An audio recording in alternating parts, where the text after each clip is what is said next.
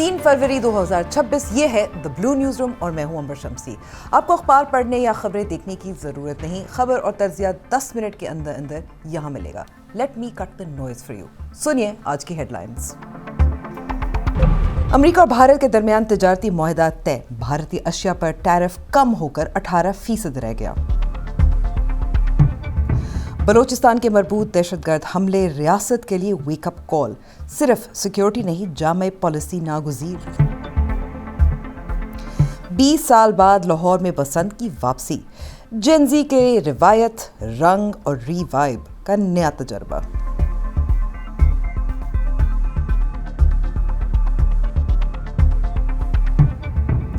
जनवरी exporters के लिए सर्दी के बजाय गर्म मौसम रहा, लेकिन फिर पड़ोस से ऐसी खबर आई कि सारी बिरयानी ठंडी हो गई। एक तरफ प्राइम मिनिस्टर शहबाज शरीफ ने इस्लामाबाद में एक्सपोर्टर्स को एम्बेसडर्स एट लार्ज बनाया, ब्लू पासपोर्ट्स बांटे और बिजली सस्ती करने का वादा किया। दूसरी तरफ डोनाल्ड ट्रंप और नरेंद्र मोदी ने एक ऐसी डील साइन कर ली है जिसने हमारी एक्सपोर्ट पार्टी में थोड़ा नमक डाल दिया है। ज़ाहिर ये इंडिया के लिए खुशखबरी है, लेकिन गोदी मीडिया से हटकर अब भी कुछ ऐसे नुकात हैं जो मोदी और इंडिया के लिए रेड फ्लैग्स हैं। जैसे ट्रंप साहब का क्लेम है कि इंडिया ने रशियन तेल को टाटा बाय बाय कह दिया है, लेकिन मॉस्को का कहना है कि उन्हें ऐसी कोई खबर नहीं मिली। अगर मोदी सरकार ने वाकई सस्ता रशियन तेल छोड़कर महंगा अमेरिकन मिशन 500 पैकेज लिया तो डिस्काउंट ख़त्म हो जाएगा और इंडिया में पेट्रोल की कीमतें आग पकड़ सकती हैं। ये डील इंडिया को सस्ते रुपी रूबल ट्रेड से निकाल कर महंगे डॉलर हैवी सप्लाई चेन में फंसा सकती है, जो हमारे पड़ोसी की इकॉनमी के लिए एक बड़ा रिस्क है। इस डील का दूसरा खतरनाक पहलू ज़ीरो बैरियर एग्रीकल्चर है। इंडियन किसान इसलिए परेशान है क्योंकि अमेरिका अपने किसानों को अरबों डॉलर की सब्सिडीज़ देता है, जिससे उनका माल बहुत सस्ता होता है। अगर ये सस्ता अमेरिकन दूध और सोयाबीन्स इंडिया में ज़ीरो ड्यूटी पर आ गया तो वहाँ का छोटा किसान मुकाबला नहीं कर पाएगा। और इस डील का पाकिस्तान पर क्या असर होगा, आइए देखते हैं इस क्रिटिकल एनालिसिस में। सबसे पहले बात करते हैं उस 1% की। पिछले महीने तक हम खुश थे कि अमेरिका ने हमारी एक्सपोर्ट्स पर टैरिफ रखा हुआ था 19% और इंडिया पर 25% से 50% तक का बॉम्ब गिरा रखा था। हम थोड़े से सस्ते थे, इसलिए हमारा माल बिक रहा था। लेकिन ट्रंप साहब ने मोदी जी के साथ मिलकर इंडिया का टैरिफ 18% कर दिया है। मतलब अब इंडिया हमसे 1% सस्ता हो गया है। अब आप कहेंगे अंबर सिर्फ 1%। जनाब, इंटरनेशनल मार्केट में 1% के पीछे बड़ी बड़ी डील्स हाथ से निकल जाती हैं। फैसलाबाद के टेक्सटाइल ओनर्स अब ये सोच रहे हैं कि यूएस का बायर अब उन्हें कॉल करेगा या तिरु पर जाएगा। पीएम शहबाज ने हाल ही में कुछ बड़े ऐलान किए हैं। इंडस्ट्रियल इलेक्ट्रिसिटी जो 4.4 रुपीज़ पर यूनिट की कमी है, शुक्र है अब फैक्ट्री में पंखा चलाने से पहले 4 बार सोचना नहीं पड़ेगा।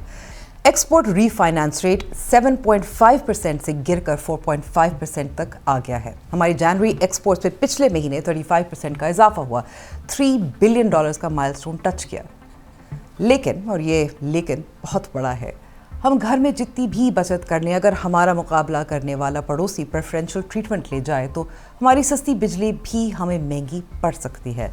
हम सबको पता है कि ट्रंप की पॉलिसी बिजनेस फर्स्ट है। इंडिया ने उन्हें $500 बिलियन की शॉपिंग लिस्ट पकड़ा दी है और रशियन ऑयल को टाटा बाय बाय कह दिया है। पाकिस्तान के पास फिलहाल इतना कैश नहीं है कि हम अमेरिका को इतनी बड़ी ऑफर दें। हम फिलहाल अपने मिनरल्स और रिको डेक दिखाकर उन्हें बहलाने की कोशिश कर रहे हैं, लेकिन सवाल ये है, कोई हमारी मिनरल वेल्थ हमारे टेक्सटाइल्स को बचा पाएगी?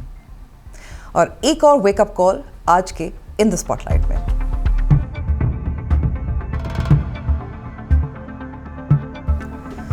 बलूचिस्तान में हफ्ते को होने वाले कोऑर्डिनेटेड टेररिस्ट अटैक सिर्फ एक और सिक्योरिटी इंसिडेंट नहीं थे, ये रियासत के लिए एक सीरियस वेकअप कॉल है।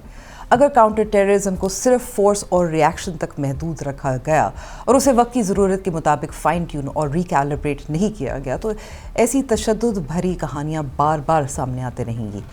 और सबसे अहम बात यह है कि बलूचिस्तान और केपी को सिर्फ सिक्योरिटी लेंस से ट्रीट करना अब काफ़ी नहीं है। ये हमले किसी दूर दराज पहाड़ी इलाके तक महदूद नहीं थे। दहशतगर्द क्वेटा और गवादर जैसे स्ट्रेटेजिक शहरों तक पहुंच गए, जो उनकी रीच, कोऑर्डिनेशन और प्रिपेयर्डनेस को वाजे करता है। इसका मतलब ये है कि मसला सिर्फ लॉ एंड ऑर्डर का नहीं है, बल्कि गवर्नेंस, इंटेलिजेंस और ग्राउंड रियलिटीज़ का भी है।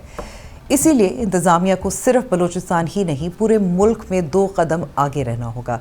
सिक्योरिटी फोर्सेस ने 2 दिन में तकरीबन 180 दहशतगर्द न्यूट्रलाइज किए, जो एक अहम ऑपरेशनल कामयाबी है और जिसको नज़रअंदाज नहीं किया जा सकता। लेकिन ये भी हकीकत है कि ये पोस्ट अटैक रिस्पॉन्स है। लॉन्ग रन में बेहतर इंटेलिजेंस, लोकल इंगेजमेंट और अर्ली वार्निंग के बगैर हम सिर्फ आग बुझा रहे होते हैं। आग लगने से पहले उसका रोकने का निज़ाम कमज़ोर ही रहता है।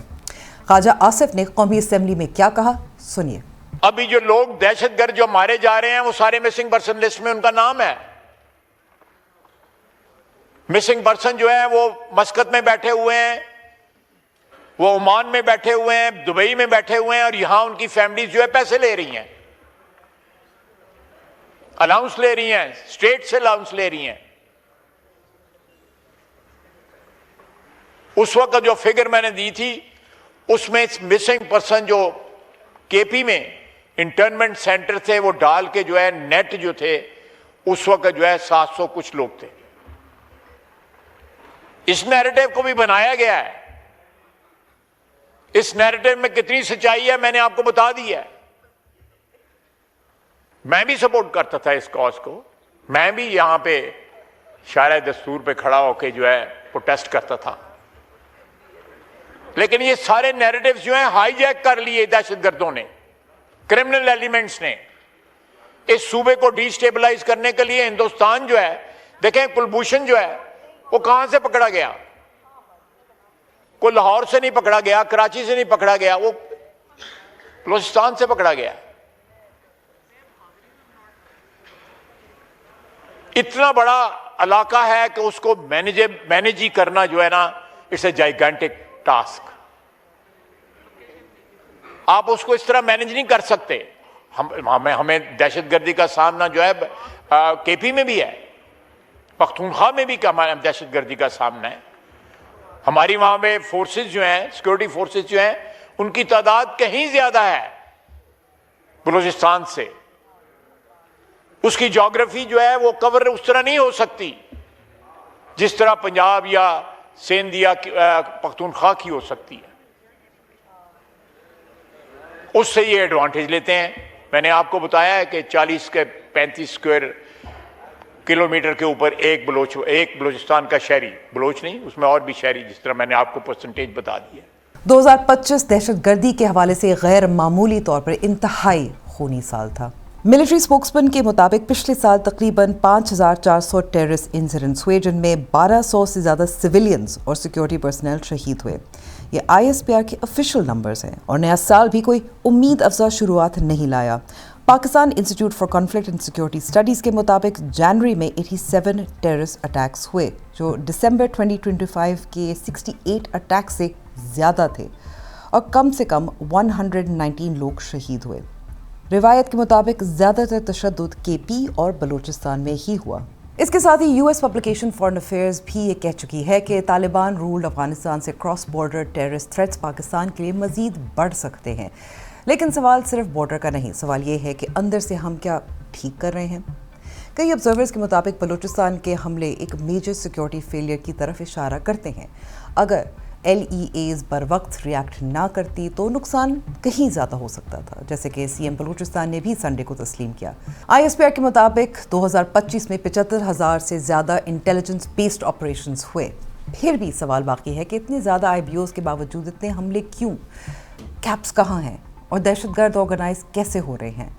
चाहे बलूच मिलिटेंट्स हो, इंडिया बैक्ड नेटवर्क्स TTP जो काबुल से सपोर्ट हासिल करती है, या कोई और ग्रुप जो पाकिस्तान को डिस्टेबलाइज करना चाहता हो, रियासत को सिर्फ अपनी डिफेंसेस ही नहीं बल्कि सोच भी एक्सपैंड करनी होगी। क्योंकि जब तक बलूचिस्तान और केपी को सिर्फ सिक्योरिटी फाइल्स में देखा जाता रहेगा और डेवलपमेंट, पॉलिटिकल ओनरशिप और अवाम के ट्रस्ट को साथ लेकर नहीं चला जाएगा, तब तक कीमती जानों का नुकसान रुकने वाला नहीं।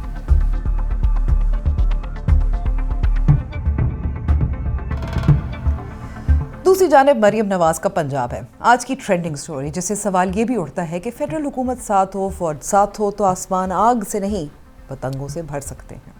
6-7 और क्लॉकेट वाली जनरेशन को बसंत का क्या पता, इस साल पता चल ही जाएगा। लाहौर में तकरीबन 20 साल बाद बसंत की वापसी ने शहर को एक मरतबा फिर रंगों से भर दिया है, मगर इस मरतबा बसंत एक नई नस्ल के लिए, जेन ज़ी, जो इस त्यौहार को पहली दफ़ा असल में देख रही है।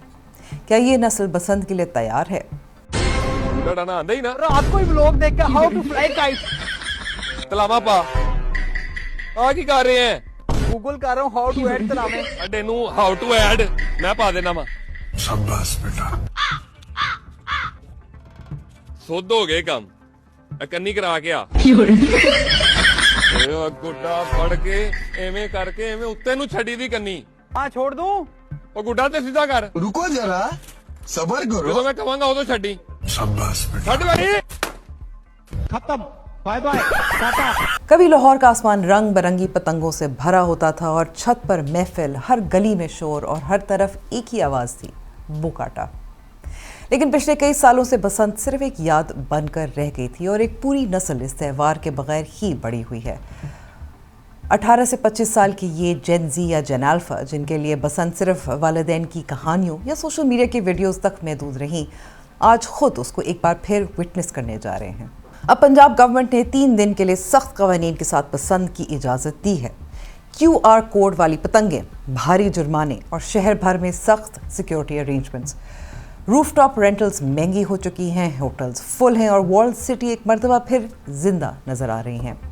जेन ज़ी के लिए ये बसंत सिर्फ पतंग और रंगों का मेला नहीं बल्कि अपनी रूट से दोबारा जुड़ने का एक नया तजर्बा है। जहां जेन एक्स और मिलेनियल्स के लिए एक रिवायत का रिवाइवल है, वहां जेन ज़ी सोशल मीडिया, म्यूजिक और नए अंदाज के साथ बसंत को पुरानी रिवायात और नई सोच का खूबसूरत इम्तिजाज बना सकती है। शायद इसीलिए ये बसंत की वापसी लाहौर की सकाफत को स्ले करने का नया तरीका है, जहां रिवायत जिंदा भी हो रही है और इवॉल्व भी हो रही है। आज के लिए इतना ही। याद रखें, कमेंट सेक्शन में फीडबैक जरूर दीजिएगा। खुदा हाफिज।